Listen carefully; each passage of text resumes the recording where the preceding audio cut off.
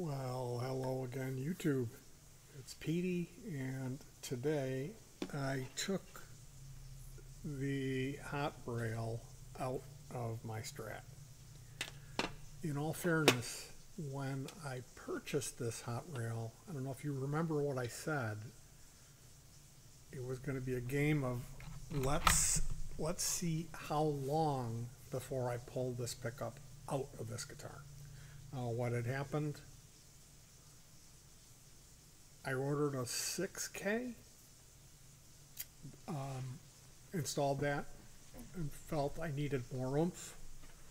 I ordered a 16K. They sent me a 9. I returned that. They sent me an 8. I ordered it from a different company, Fleor, and I got a 14, which is this one. This morning I disassembled the guitar with the intention of installing a 500K volume pot and then putting a couple of 250 or 500K resistors in parallel with the single coils, which is a wiring trick you can do to make your single coils behave and maybe not get overly bright while employing a 500K pot. But I had already installed the 500K pot in the guitar.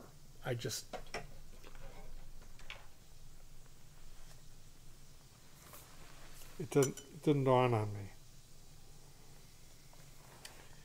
Yeah, it looks like it's 500K all the way around.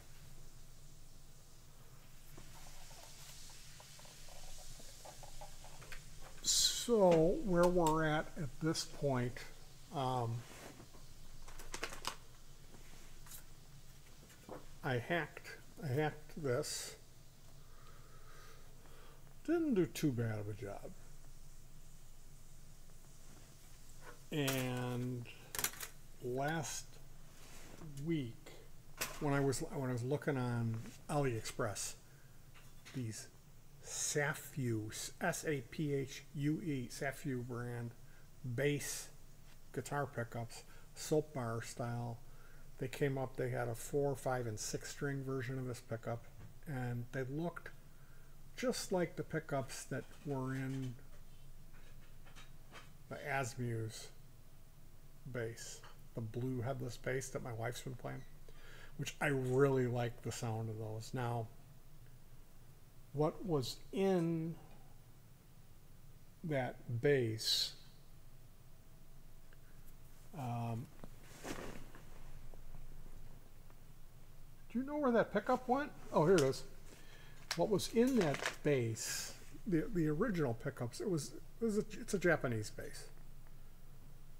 My Unicorn. It's a white headless bass. It's excellent guitar. But the pickups died, and I put this in there because it fit, and I didn't have to worry about the string spacing. This is a guitar pickup, and it ohms out at like 14. So I am going to put this in that Strat, and because I ordered that Saphue. See, we're making music together. My wife's playing her Asmu's bass with these. They look like the Saphue pickups, and there's a real upper mid-range and treble on her bass. She switched back to the white bass, and it was like, whoa, there's no tone. It was just like plunk, plunk. So I saw that Saphue pickup, and it was like $11. I was like, damn, I bet you that's the same thing. So the Saphue pickup came. It's not real bright, but it's it sounds, the bass sounds way better, and we get way more variation of sounds out of it with that pickup installed. So that's fine. That bass got an upgrade. There's a Music Man pickup in the bridge that I got a long time ago. I ought to rip that out of there and get a newer one that's a higher output. That's what I ought to do. Try to get one of those, because I'm sure that I could do better than that. But when you start swapping pickups out, man, even if you're only spending $10, pick up $20 a pickup, it adds up. So I think I'm actually done with that bass. It's fine as it is. You only really need a good pickup in the neck on a bass, in my opinion. I don't use the bridge pickup on a bass guitar so much. I mean, maybe I'll blend it in a little bit, or for distortion, but so this is the pickup that was in the neck of that white bass, and I'm gonna try it out. I think this is the highest I mean, I might have some like 12K like Invader clones somewhere, but I don't like the way they look. They've got like studs, like look like plastic Allen head studs on the pickup holes. I just don't, on a Strat. So this is going in there tomorrow, and we gotta see. More than likely what's going to happen is I'm going to be ordering a GM Hexbucker 52 humbucker from Guitar Madness. He is a pickup. He's a eBay guitar guy, and he sells pickups that are, I don't know if he's winding them. I don't know. I have no idea. But I have bought pickups from him, and when I've found myself looking at stuff to buy on his webpage, oftentimes I'll email him and I'll be like, hey, this is what's going on. I got this, and I'm looking to do this with it, and I was thinking this would be a good choice. And he almost always has something a little different to show me, and then I'll read up on it. But so he helped me out like that one time, and I was happy with it. The other time I had read, when I had got my Steinberger Spirit, the deal with that guitar, we went to a Goodwill, and they had a Korg Poly 800 synthesizer. It's an analog synth that has a digital memory and a joystick on it, and so I know about that synth.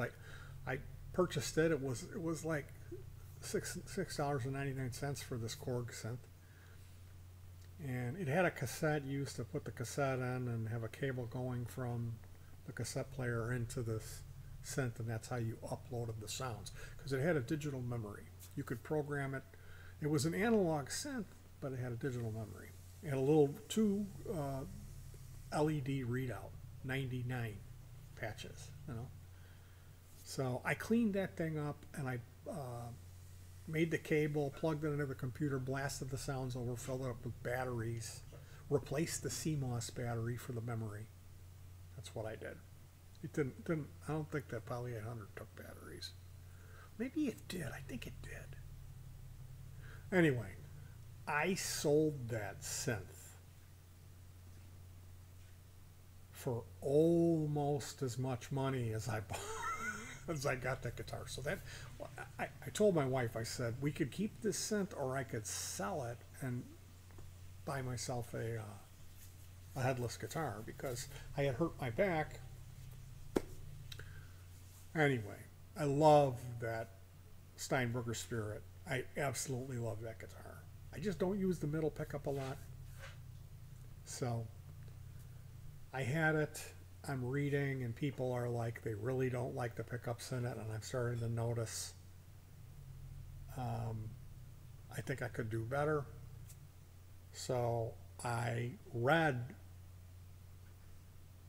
about custom pickup business, and it was like the first one that came out that was like a big deal where everyone started buying this pickup to replace their stock humbuckers was something called the Super Distortion. DiMarzio Super Distortion pickup. And I know, like, Baloo, he loves DiMarzios, you know, and I don't like Seymour Duncan. I don't. I don't. That story about how he stole that guitar from Jeff Beck and just how he's always got a guitar case. He's like going to some show and like, hello, and he's got his, you know, it looks like he just crawled out of a DMT trip at Woodstock, and he just walks in, doesn't pay the admission, steals some guy's guitar, trades him some, you know, parts caster with some, oh, I just wound these pickups for Jeff Beck. Oh, is that what you did when you stole his Telecaster? I am not like, I don't like Robert Keeley. People think that Robert Keeley fucking walks on water. I got to tell you, I got fucked over by that guy, by that company. They screwed me. So, Robert Keeley's fine and dandy if you want to throw $300 out of him, get a tube screamer or a compressor. But don't ever get involved in any kind of business deal, because trust me, didn't work out good for this cowboy. I'll tell you that much. So at that point, I'm like, well, millions of these idiots that go on and on about the Super Distortion, and everything I read about it, people were like, it's still an unbelievably great pickup. And you know, the other thing was that it could do the high output thing, but it also did clean tone well. So I got the Super Distortion pickups in my Steinberger Spirit, and I'll tell you what, they're unbelievable. They're unbelievable. I've got to get that guitar out here and run it through these patches and hear like about what it would sound like before I make my decision, because I might not want something that hot. I might want to get something that's closer to 10 or 12. But the idea is I don't want to give up. Like,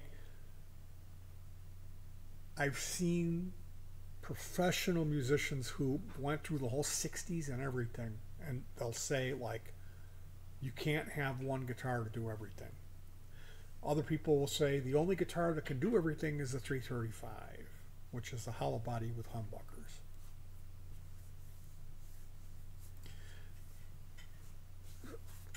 I never had a Super Strat. So that's my project here, is this yellow guitar is my Super Strat. I want to have a high gain, good high gain sound in the bridge that still does clean stuff. And I want to be able to get quack and spank in 2 and 4. So that's where we're headed. More than likely how this is going to go down is this abomination will be in there for a little bit, and then I'll put the DiMarzio Super Distortion in there and call it a night.